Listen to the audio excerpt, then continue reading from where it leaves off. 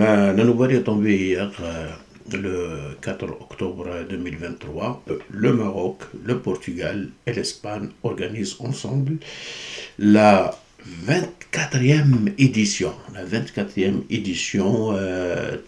du mondial en 2030. Et on aura pas mal qui vont se retourner dans leur tombe, notamment Isabelle de Castille, Ferdinand d'Aragon, qui ont reconquis l'Andalousie, qui ont chassé les Marocains et les ont envoyés, enfin, je ne sais pas juste les Marocains, tous les musulmans qui étaient sur place et qui ne voulaient pas se reconvertir au catholicisme. Ils se sont ramassés au Maroc.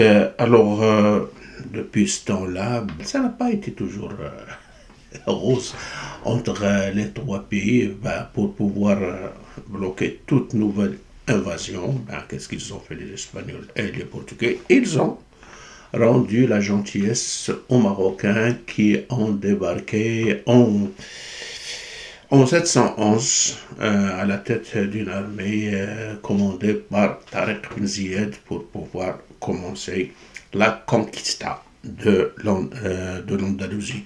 Sont venus ensuite enfin d'autres musulmans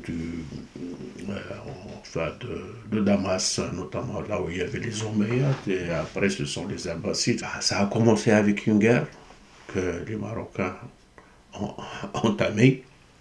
Et après, il y a eu une bonne période de paix où on avait échangé, on avait transmis, enfin, les musulmans ont transmis vers l'Europe, enfin, les mathématiques, la chimie, d'autres sciences, enfin, c'est ça la civilisation. La civilisation, c'est un ensemble de vases communicants.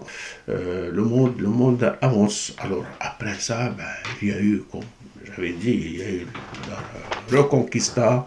Isabelle de Castille s'est mariée avec Ferdinand d'Aragon. Ils ont fait une grande force, alors qu'à ce moment-là, les musulmans se sont divisés en plusieurs petites principautés, ce qui fait que c'était beaucoup plus simple de les casser. D'autant plus qu'il y avait même des principautés qui se sont alliées aux chrétiens pour pouvoir chasser les autres musulmans. Alors, en fin de compte, sud de Grenade, et la fameuse phrase de la maman de l'émir, pleure comme une femme, ce que tu n'as pas pu défendre comme un homme. C'était pas juste les hommes qui étaient sexistes dans le temps, il y avait aussi les femmes. Bon, de toutes les façons, on a chassé les musulmans de la péninsule ibérique. Après, on a essayé de reconquérir l'Afrique du Nord. L'Afrique du Nord, et notamment le Maroc, ça a été une petite confrontation. Un autre qui devrait peut-être se retourner dans sa tombe depuis hier, c'est le roi Sébastien Ier du Portugal qui avait essayé de reconquérir le nord du Maroc. Il s'est cassé la gueule à Ksar Kbir, je crois. J'ai pas mal de trous dans l'histoire marocaine. On a essayé, ça aussi, ça fait partie de cette lutte contre les musulmans en général, les Africains du Nord en particulier, pour qu'ils ne puissent plus conquérir encore l'Europe. Qu'est-ce qu'on a fait? Avec le colonialisme, on a essayé d'effacer la mémoire, de formater les esprits, ce qui fait que ma génération, moi, elle connaît beaucoup plus en fait sur l'histoire de la France, etc., que sur sa propre histoire. Et ça, c'est des lacunes peut-être qui ont été déjà comblées peut-être. Alors, voilà, l'Afrique du Nord s'associe à l'Europe du Sud, disons à la péninsule ibérique. C'est exactement ça. Mais c'est pas juste l'Afrique du Nord, c'est pratiquement toute l'Afrique.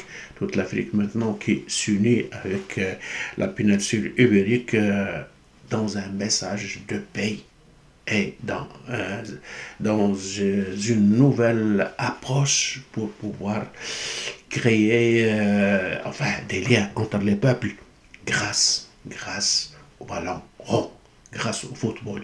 Le football, moi personnellement, j'étais toujours contre. Pourquoi? Parce que je reviens à ma génération. Dans le temps, on nous a beaucoup plus poussé vers le foot que vers la politique. Comme ça, on ne va pas se mêler des affaires qui nous concernent. Gardez-vous, avec le foot. Et c'est ainsi que lorsque tu arrives d'une région, on te demande, tu viens d'où? Par exemple, moi, ça m'est arrivé en 1966.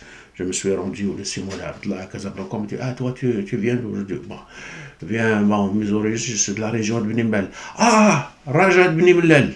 Alors, on t'identifie avec l'équipe de foot de la région. Et il y avait des rivalités quelquefois qui vont jusqu'au bagarre. C'était dramatique. Donc, au lieu de s'occuper de la politique, de s'occuper de ce qui se passe dans le pays, on pousse les gens à s'occuper des performances des équipes de foot. Donc, personnellement, moi, j'étais contre. Donc, ce qui fait, même les règles du foot, il a fallu que je vienne ici au Canada, début l'an 2000, que je commence un peu que j'ai commencé à les apprendre et à distinguer une pénalité d'un coup franc. Enfin, quelque chose comme ça là. C'est encore lourd. Mais force est de constater que le foot est en train de réaliser un miracle. Et le Maroc maintenant est mêlé avec l'Espagne et le Portugal à organiser une édition qui va commémorer le centenaire, tenez-vous bien, le centenaire du mondial. Comme l'a écrit un ami, mais c'est à celle-là, je vais lire le début de ton article, inédit pour le centenaire de sa première édition en Uruguay en 1930, la Coupe du monde de foot 2030 se déroulera dans 6 pays sur 3 continents. 3 matchs inauguraux auront lieu en Argentine, Uruguay et Paraguay. Le reste de la compétition se jouera au Maroc, en Espagne et au Portugal. C'est vraiment inédit qui va marquer l'histoire, non seulement l'histoire du foot, mais l'histoire de l'Afrique, l'histoire de l'Europe du Sud, pratiquement l'histoire mondiale du soccer. Donc, c'est formidable tout ce qu'on peut dire et tout ce que je souhaite moi, que cet événement sportif inédit débouche aussi sur une décision inédite, celle de relier physiquement l'Europe à l'Afrique avec une liaison fixe. La liaison fixe à travers le détroit de Gibraltar. Et j'espère du fond du cœur que avant